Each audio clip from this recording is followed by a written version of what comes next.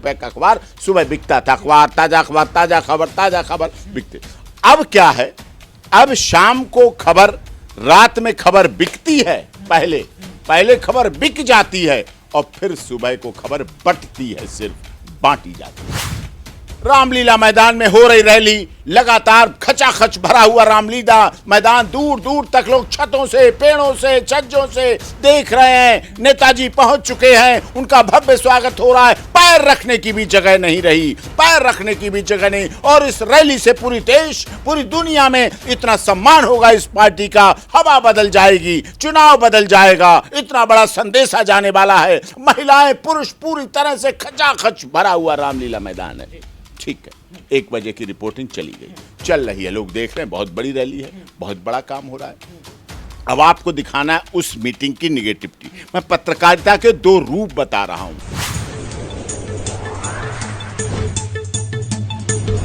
पत्रकार को सदैव निष्पक्ष रहना चाहिए, निष्पक्ष, निर्भीक।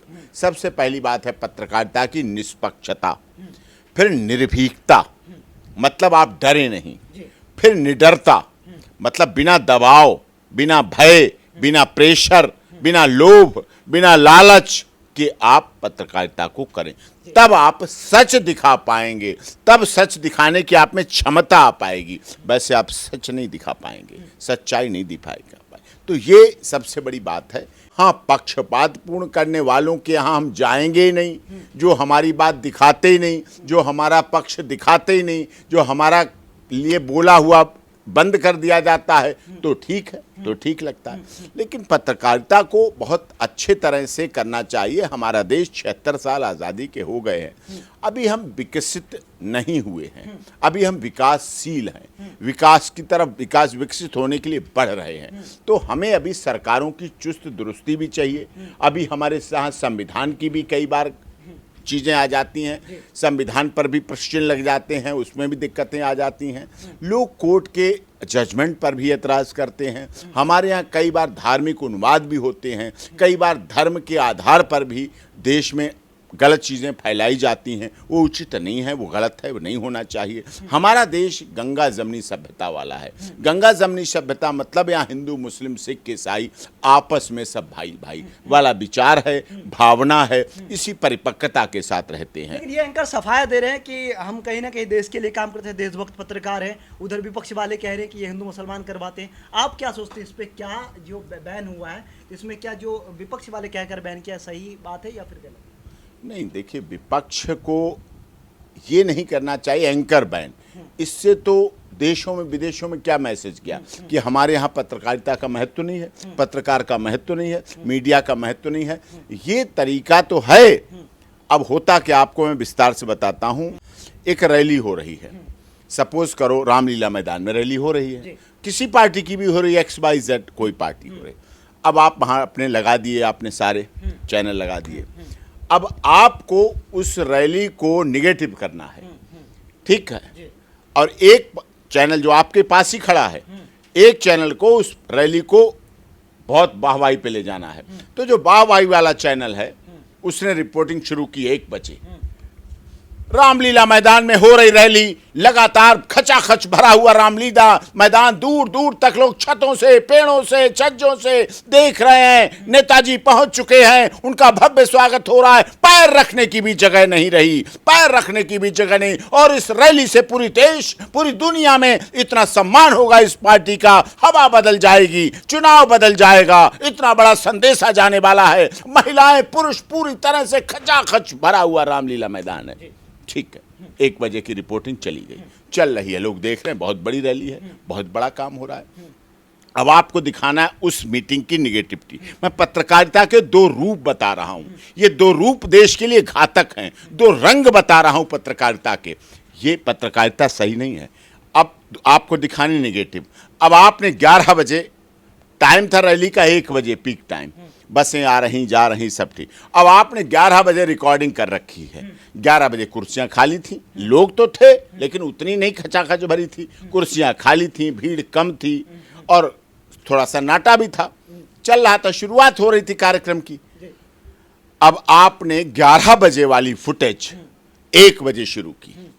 आज जो रामलीला मैदान में रैली होनी थी बड़े तरीके से इकट्ठी की थी, बहुत पैसा लगाया गया था, लेकिन वो सफलता नहीं मिली। आप देख सकते हैं दर्शकों, देखिए कैमरामैन जूम पर करके दिखाइए, ये कुर्सियां खाली हैं, ये खाली पड़ी कुर्सियां जवाब दे रही हैं कि रैली फ्लॉप हो गई, ये पार्टी असफल हो गई, अब इसका आगे चुनाव में कुछ नहीं होने वाला है, जनता ने नकार दिया है इस पार्टी को। अब आपकी रिपोर्टिंग को जो व्यक्ति लखनऊ बैठा है, जो चेन्नई, होशियारपुर, जम्मू, चंडीगढ़ बैठा है, दर्शक तो सब जगह बैठे हैं या सोशल मीडिया के माध्यम से, तो वो क्या देख रहा है, क्या सुन रहा है, क्या समझ रहा है, उसमें नेगेटिविटी आ रही आपके चैनल को देख के और उसमें पॉजिटिविटी आ रही है।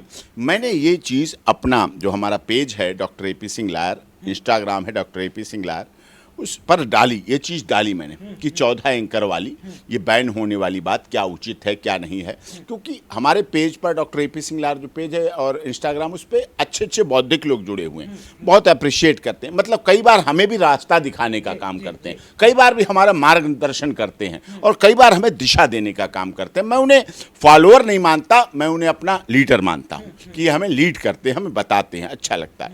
हमने डाला तो लोगों ने कहा ये पत्रकारिता को बैन करना गलत है, नाम पत्रकारिता बहुत अच्छा है, बहुत ऊंचा है, बहुत महान है, बहुत गौरवशाली है।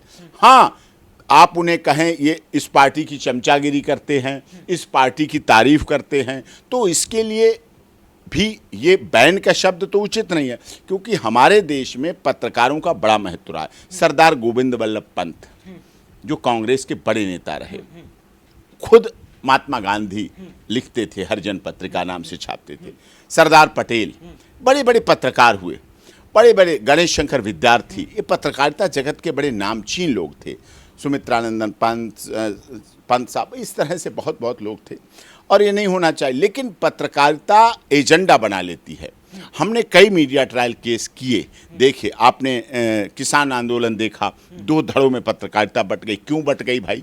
किसान तो एक था, रोटी पानी सब्जी सब खाते थे, लेकिन बट गई।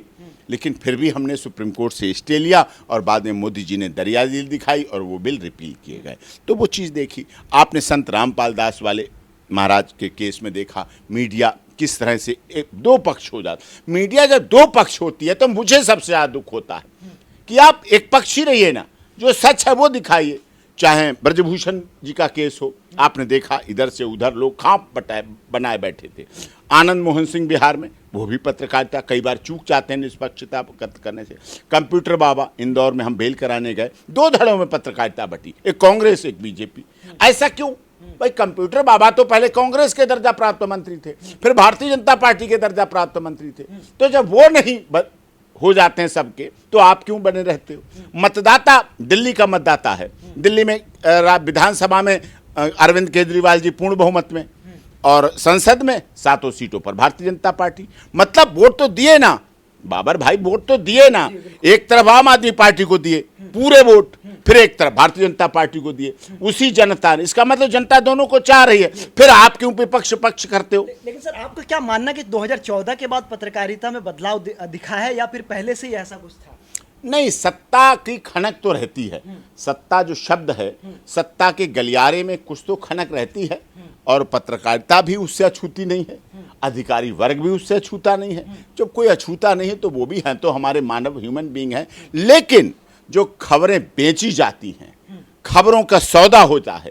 पहले क्या होता था, खबर शाम को छपती थी, पहले ये सोशल मीडिया नहीं थी और ना न्यूज़ चैनल थे, तो खबर शाम को रात में छपती थी और सुबह बिकती थी। मतलब अखबार के माध्यम से बिकती थी, 2 रुपए 1 रुपए 3 रुपए का अखबार सुबह बिकता था। अखबार ताज़ा खबर बिकते।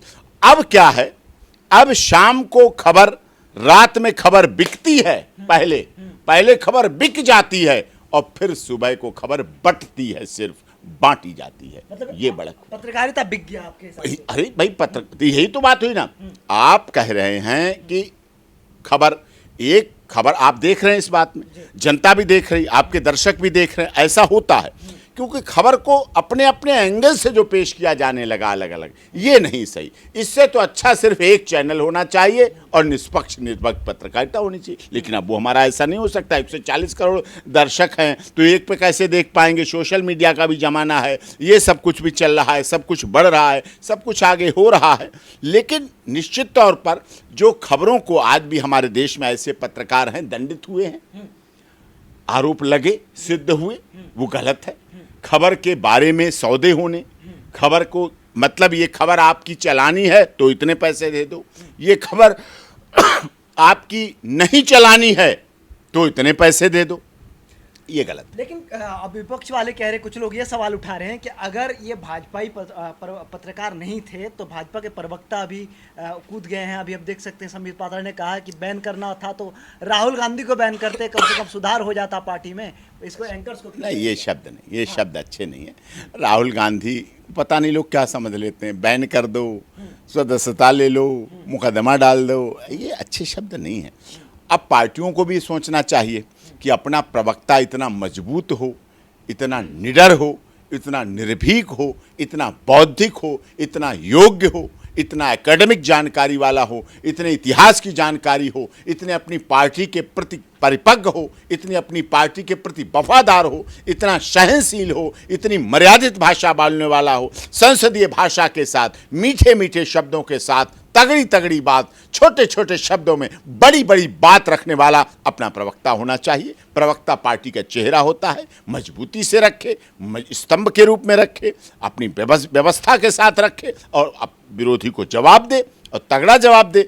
और न्यूज़ चैनल वालों को भी ये जो आवाज़ दबा देने वाली बात है, बंद कर देने वाली बात है, ये पत्रकारिता के लिए बहुत बड़ा खतरा है। नहीं, सुधार तो क्या आना, सुधार तो उन्हें खुद सुधरना है, अपने पे एनालिसिस करना है।